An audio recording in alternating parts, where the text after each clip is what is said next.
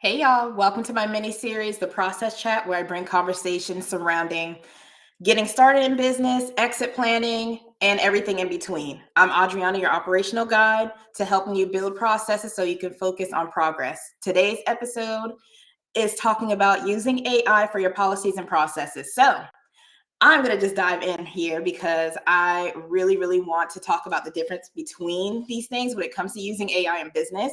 So, first off, we have process development and standard operating procedures. So oftentimes I hear this so often, I even see it like on social media. I hear people saying this to other business owners, but using AI for your standard operating procedures is not the best bet. And here's why. So first off, we have process development and policy development, because also I'm gonna backtrack a little bit. So we have policies and processes. So policies are like what I call rules of the business. So these are things that are like, this is what you're doing and that be that. Process, on the other hand, is the step-by-step actions that you take to achieve a goal inside a business. So just want to clarify that before I kept going and running my mouth on this. So we have process development. You need to understand the basis of process development before you try to infuse AI into the business. So process development is pretty much what you would call like your to-do list or an idea, like your ideal wish. You can have this organized, it could be structured any way you want to look at it, but it is not reality until you implement the information and execute it. Honestly, you want to see it all the way through so you actually have feedback on it. So that's what we can actually see as the actual process, like you saw the whole process through. And this is also what counts as doing operation side business. Like you want to make sure you're actually operating and not just coming up with a whole bunch of like organized to do or wish list and things. So that's process development. Process development, all you need to know, these are things that you just kind of develop. You haven't saw all the way through yet. So that you have everything in standing, but you still need to see it through. Whereas standard operating procedures, your SOPs, these are the processes, the steps that you have taken. These are not the duplicated. These are the steps that you do in business that are continuous, they're repetitive, all that stuff, and they need to be duplicated by somebody else. So standard operating procedures come in when you have processes that you are already doing in business that's repeated, and you need someone else to copy them, replicate them, duplicate, whatever you want to call it. This is what the stuff people need to copy. So when you're using AI, when AI comes in, like there is, which I want to flip over to like the next portion, using AI in business.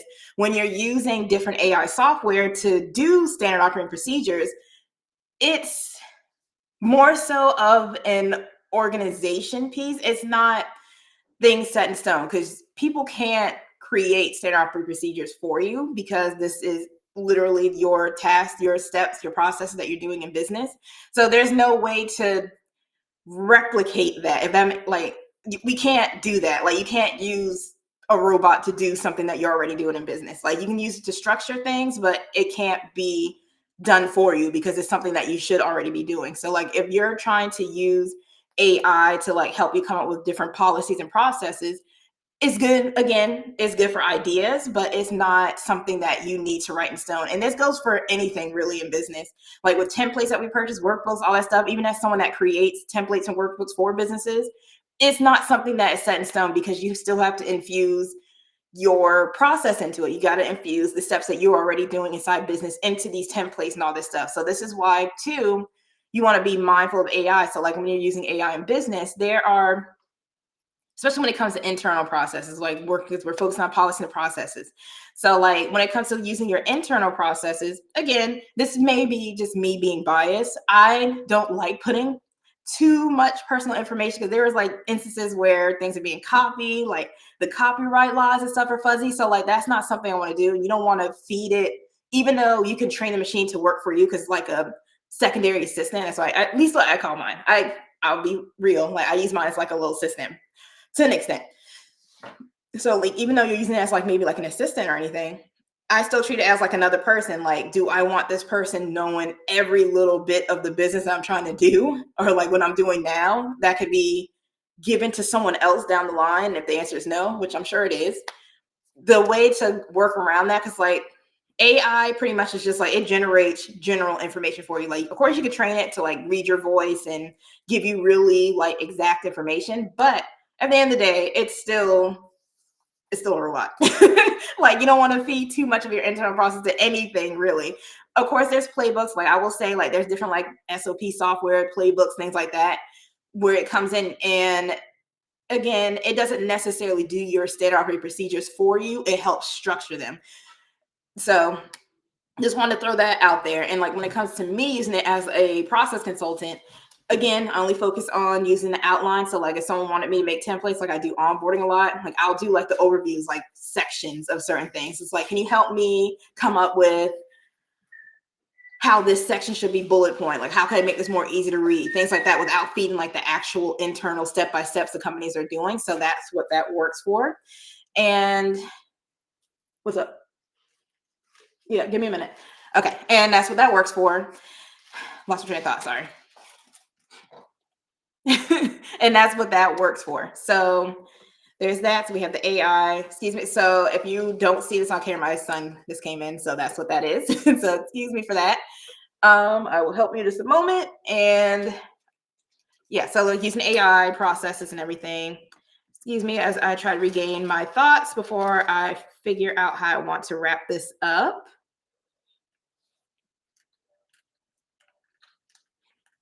Okay, so I completely lost my train of thought, but I'm just going to go ahead and get ready to wrap up. And if it comes back, I will just circle back to this. But overall, using AI in business, you want to make sure you're not feeding your internal processes. And just remember that AI is there to help you, of course, organize your thoughts, structure it, but it does not feed you anything because it falls under process development, which leads me to kind of like the recap of this whole video because I want to keep this short because there's not a whole lot to say. Like there are different ways you can use AI. Like AI is awesome. It's here to stay. And I feel like every business should find a way to intertwine what they're doing with AI.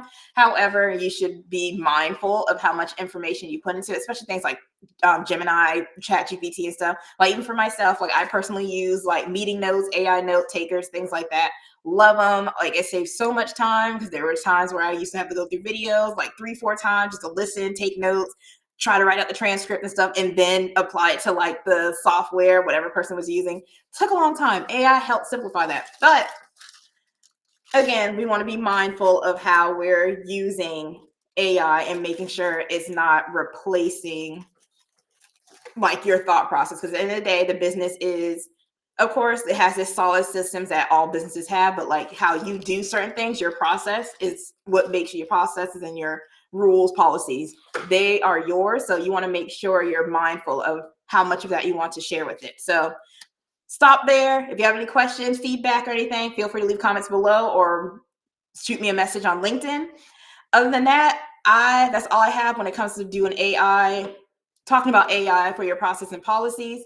And if you're watching this or listening to this before March 29th, I am also having my first workshop of the year, strategic hiring, where I'll be talking more in depth about how to structure your process and policies for your new hire, how to get that started, and anything in relation to hiring a new person, making sure they start off on the right foot. So if you want to learn more about that, I will place the link in either the notes or in the comments. And yeah, that's pretty much it. I will love your feedback, and I will be back next week at the right time, 11:15. If you're watching this live at 11:15 on LinkedIn, I will be back Tuesday, and I will be talking about how your first hire should make you money. I almost forgot what it was. How your first hire should make you money. So tune in for that, and I will see you soon.